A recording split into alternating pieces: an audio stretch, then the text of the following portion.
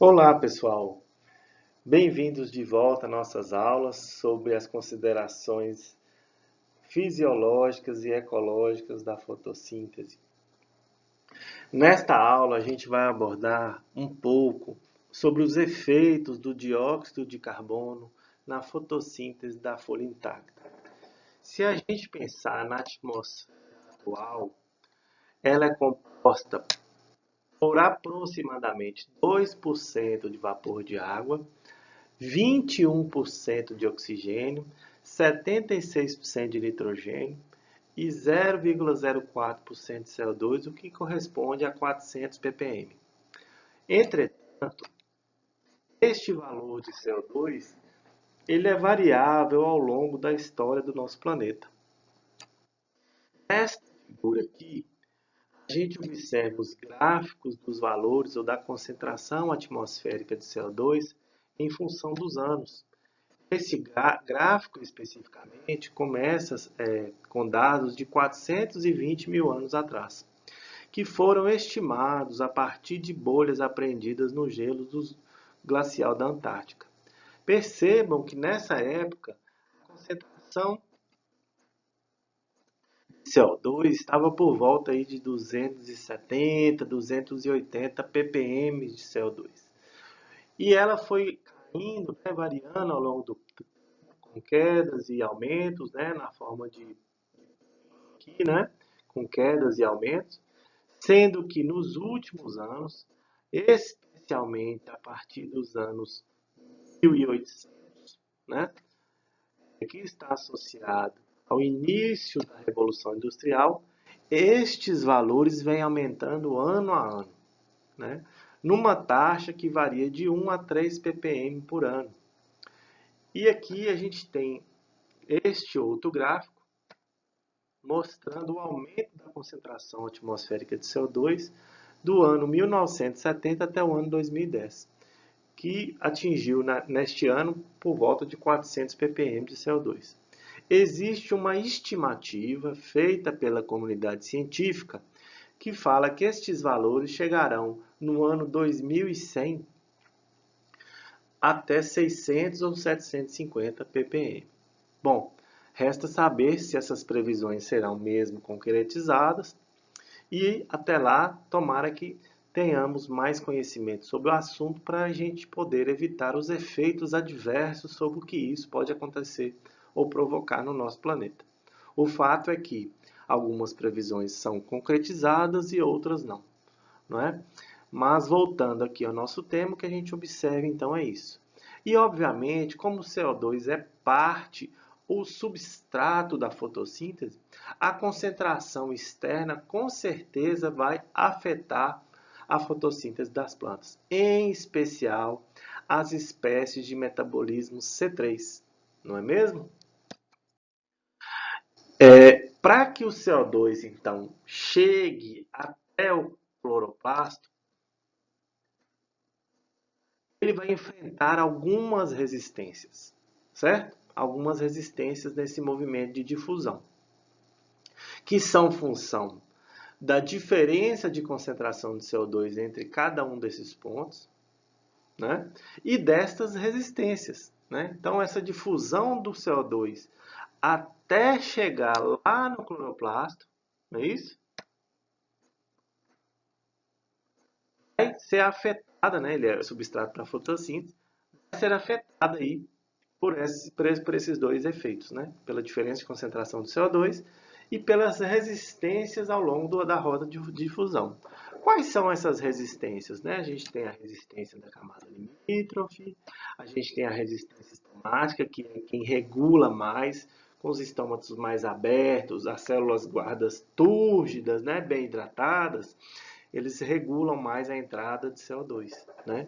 Já com as células essa resistência é reduzida, obviamente. Já com as células guarda flácidas, né, com a folha desidratada, essa resistência é muito aumentada.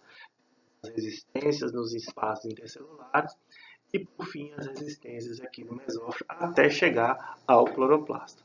Percebam que o estômato, né, onde a gente tem aqui a fenda estomática, né, Ele é o caminho de entrada de CO2 nas células, mas também é o caminho de saída de água. É por onde as plantas perdem água. Então, uma planta transpira pelo estômago, mas a entrada de CO2 também se dá pelo estômago. É o mesmo caminho, é como se fosse a mesma estrada, né? E esse estômago, ao estar mais aberto, com menor resistência, vai facilitar a transpiração. Então, para a planta absorver CO2, para que o CO2 se difunda até chegar ao cloroplasto, o estômago tem que estar mais aberto, a resistência estomática tem que estar menor, né? Por outro lado, esse estômago aberto permite a maior transpiração e a maior perda de água. É um dilema funcional da planta. Para ela absorver CO2, para que o CO2 entre e chegue até as células do mesófilo e até os cloroplastos, ela vai perder água.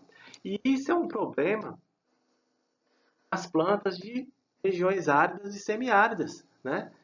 Por quê? Porque nessas condições, o que acontece? A água é um insumo muito escasso às plantas. E elas têm que escolher entre um ou outro, e daí que a gente vai falar até mais à frente alguns mecanismos de adaptação. Dentre esses mecanismos, o metabolismo ácido das crassulases, que até já abordamos em aulas anteriores, né? Essas plantas de regiões áridas e semiáridas têm normalmente uma camada de cera sobre a epiderme mais espessa, tem presença de tricomas que deixam a camada limítrofe mais estável, impedindo ou diminuindo o arraste dessa camada por vento, né, que retira essa camada limítrofe. Que camada limítrofe é essa? É uma camada próxima às células da epiderme, formada ali numa região onde a umidade relativa é alta. Tem muito vapor d'água naquela região, que diminui a diferença de concentração de vapor d'água do interior da célula para o exterior, né? Então, as espécies de regiões áridas tentam manter essa camada mais estável possível para diminuir as perdas de água. Essas espécies também de regiões áridas costumam ter menos estômatos, né? Tem glândulas de sal, todas elas adaptações a condição de reduzir a perda de água, já que para que o CO2 entre na lâmina foliar para atingir as células ou os cloroplastos, o estômago precisa estar aberto, né? A resistência estomática precisa estar pequena. Então, toda vez que a planta entra em estresse, a resistência estomática aumenta, consequentemente, a fotossíntese é prejudicada. Bom, mas falando então das resistências à difusão do CO2, a gente tem a resistência, então a resistência à difusão nessa camada, nessa região. Geralmente, por exemplo, as plantas de deserto, né? Elas têm folhas menores, né? E acabam perdendo calor para o ambiente na forma de calor sensível, né? Elas perdem na forma de calor sensível, que é por convecção, né? Já as folhas de trópico úmido, né, são folhas maiores, onde a disponibilidade de água é maior, então elas podem transpirar, né? Então acaba que a perda de calor se dá por transpiração, né? Ou calor latente, não é isso? Bom, passada a camada limítrofe, né, resistência importante, a gente tem a resistência aqui no estômago, que é também conhecida como resistência estomática. Esse é o principal ponto de controle da transpiração e da entrada de CO2 nas plantas, né? É a maior resistência à difusão de CO2. Obviamente, se o estômago estiver completamente aberto, né, túrgido, né, o poro, a fenda estomática estiver aberta, essa resistência é menor. E as outras resistências, tanto do mesófilo quanto dos espaços intercelulares, vão ser uns componentes mais importantes. Por outro lado, obviamente, se o estômago tiver com um poro mais fechado, essa resistência aumenta. Então, ela é variável. Porém, costuma ser a mais importante para a difusão do CO2 até a entrada parênquima das folhas. A resistência seguinte é a resistência dos espaços intercelulares. Enfim, aqui, a última resistência é a resistência aqui no mesófilo ou mesofílico. Tá? Então, para o CO2 sair da atmosfera e chegar até o cloroplasto, ele precisa vencer todas essas resistências. O CO2 também impõe limitações à fotossíntese, já que ele é substrato. A gente observa nesse gráfico a assimilação líquida de CO2 em função da concentração intercelular de CO2, né, em ppm, variando aqui de 0 até a concentração das células, né? Na verdade, entre as células, lá nos tecidos, né, da lâmina foliar. Inicialmente, é importante conhecer os pontos de compensação do CO2. A gente tem gráficos, na verdade, curvas aqui, espécies C4, espécie C3, não é isso? Este ponto de compensação de CO2 é o ponto onde a concentração de CO2 intercelular é tal que a fotossíntese e a respiração se igualam. Percebam que o ponto de compensação de CO2 nas espécies C4 é bem baixo. Por quê? Porque elas possuem aquele mecanismo de concentração de CO2, né? Existe uma teoria que diz que as plantas C4 evoluíram em momentos da história da Terra, do nosso planeta, onde as concentrações eram muito baixas e elas de CO2 eram muito baixas e, portanto, elas são adaptadas. Entretanto, elas atingem máximos valores de assimilação líquida de CO2 em concentrações intercelulares bem baixas. O que isso significa? Que caso a concentração do CO2 na atmosfera aumente, muito provavelmente, os resultados até o momento indicam isso, as espécies C4 serão pouco beneficiadas do ponto de vista de assimilação. Por outro lado, as espécies C3 têm ponto de compensação de CO2 mais alto, né? A concentração intercelular de CO2 tem que ser mais alta do que a espécie C4. E ela tem resposta a aumento ou a valores mais elevados de concentração intercelular de CO2.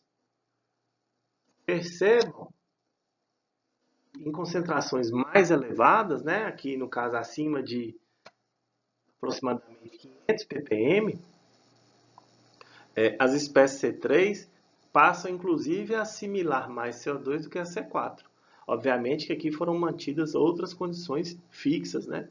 Neste caso aqui, né, a espécie C4 estudada foi a Tidestromia, né?